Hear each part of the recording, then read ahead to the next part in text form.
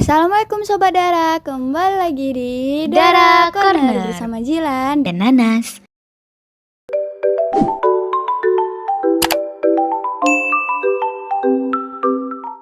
Sobat Dara, episode kali ini kita mau bumbata nih. Buka mata, Buka telinga. mau tahu sejauh apa sih muda-mudi Tanah Delhi ini perhatian dan peduli soal isu Palestina? Karena kayaknya semua orang di seluruh belahan dunia dan segala kalangan pasti udah tahu lah berita Palestina. Cuman kan ya, Sampai kapan? terus mau gimana? Dari ratusan muda-mudi Sumut yang kita polling secara acak soal perasaan mereka atas kondisi Palestina hari ini, terdapat 102 responden merasa sedih dan prihatin. 51 responden sangat marah juga terpanggil untuk peduli. Tapi ada juga 8 responden yang merasa biasa aja nih sob. Lalu, soal apa yang sudah dilakukan untuk Palestina, 99 responden mengaku aktif menyuarakan genosida di Palestina lewat sosial media. 7 responden mengaku sudah ikut aksi dan berjuang agar Palestina merdeka. Tapi banyak juga yang belum melakukan apa-apa sebanyak 36 responden. Nah, kalau ada aksi solidaritas untuk Palestina, ada 77 responden berkomitmen untuk ikut karena merasa penting. Tapi ada juga 8 responden yang mau ikut karena FOMO doang. Bahkan yang lebih mengejutkan, ada 36 responden berkata tidak dan lebih memilih diam untuk persoalan Palestina hari ini. So, back to history. Sebenarnya ada banyak sejarah Palestina di luar sana yang Sobat Dara bisa cari tahu ya kan? Tapi kita di sini akan brief sedikit supaya cerita polling kita sampai ke akarnya. Singkat ceritanya, Palestina yang jadi kiblat pertama umat Islam ini udah berkali-kali dikuasai oleh berbagai kekuasaan, mulai dari yang pertama tahun 637 Masehi di bawah Khalifah Umar bin Khattab. Nah, Palestina ini masuk ke dalam wilayah daulah Islam dengan damai. Yang kedua, kemudian tahun 1100-an Masehi, tanah suci ini dimenangkan oleh tentara salib sebelum akhirnya tahun 1100-an Panglima luar biasa kita Salahuddin Al-Ayyubi merebut kembali nih tanah suci kita. Yang ketiga, abis itu dunia damai-damai aja. Orang-orang Palestina hidup berdampingan dengan warga Arab lainnya. Orang-orang dengan berbagai agama juga hidup rukun di bawah kepemimpinan Daulah Khilafah Turki Utsmani. Sampai akhirnya, yang keempat, kondisi daulah udah mulai kacau. Abis itu Perang Dunia I, daulah kalah dan wilayah kekuasaan daulah dibagi-bagi ke yang menang perang. Kemudian ibu kota khilafah pada waktu itu melepaskan diri. Turki berubah kepemimpinan dari daulah khilafah jadi Republik Turki. Dan tahun 1917, Palestina ini diambil alih oleh Inggris yang waktu itu menang perang, dan didirikanlah rumah nasional bagi pengungsi Yahudi. Pindahlah si Isri Wilmi ke Palestina. Yang kelima, awalnya biasa-biasa aja ya, warga Palestina menerima mereka dengan damai. Mereka juga hidup biasa aja sampai akhirnya emang habitatnya lah. Orang Israel tuh kayak gini emang. Minta wilayah lah si Israel ini sama PBB. Ada PA Nakba atau bencana di mana tuntutan Israel tuh masih sama ya, menuntut wilayah lebih. Nah, yang keenam, yang paling populer tuh two-state solution, yang dimana Sobat Dara semua juga pasti udah paham. Muncul di tahun 1993 sampai sekarang, Palestina tuh makin lama makin kecil wilayahnya, makin gak ada harga dirinya, dan ya gitu, hilang dari maps juga. Oh iya, fun fact-nya ya, sampai sekarang warga Palestina itu belum merdeka.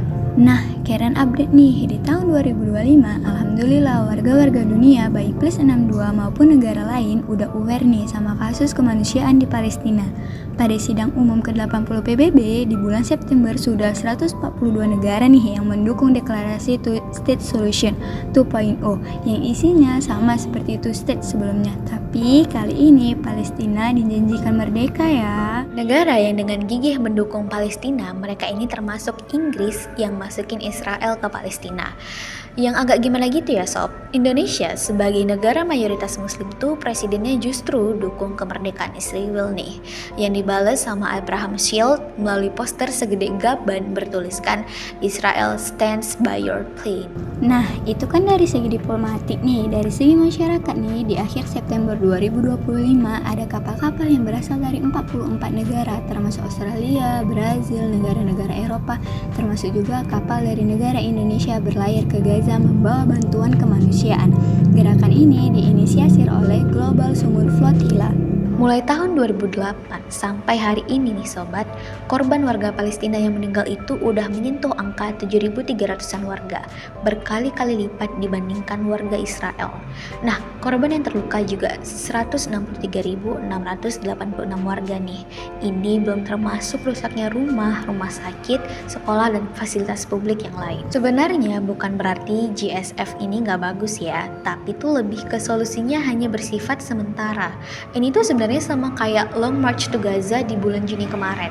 So, kalau bantuannya udah sampai Gaza, terus apakah mereka nggak dibombardir sama Israel lagi nih? Sama juga nih kayak Two State Solution dari tahun 1993.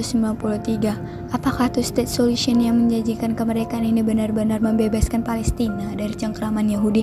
Kan enggak ya. Buktinya malah berdiri Abraham Sult yang penduduknya Muhammad bin Salman, putra mahkota Arab Saudi. Terus ada juga Muhammad bin Zayed Al Nahyan, Presiden Uni Emirat Arab.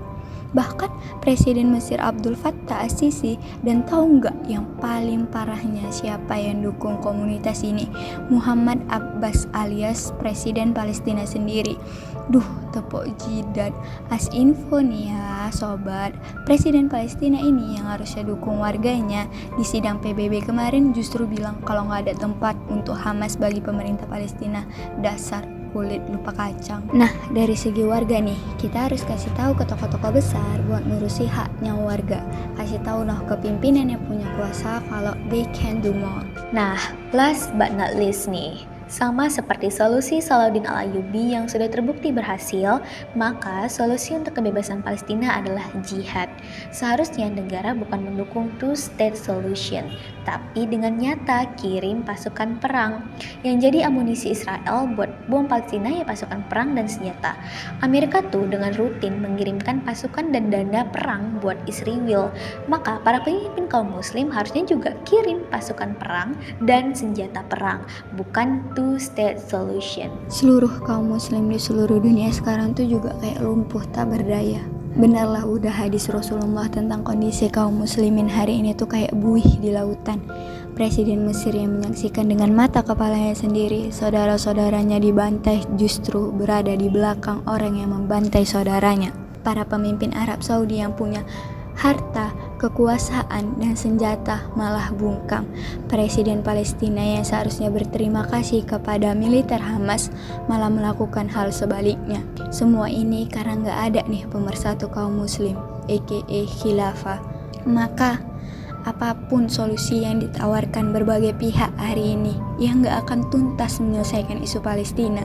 So, kita butuh daulah Islam, karena dengan daulah Islam atau khilafah akan dengan tegas memerintahkan kaum muslimin untuk jihad melawan Israel, sama persis dengan solusi yang ditawarkan Salahuddin Al-Ayyubi. So, sobat, sekarang udah tahu kan peran kita untuk menyelamatkan Palestina? Nggak harus besar, tapi harus bertindak. Karena diam saat saudara-saudari kita dibantai sama aja kayak kita setuju saudara kita dihancurkan.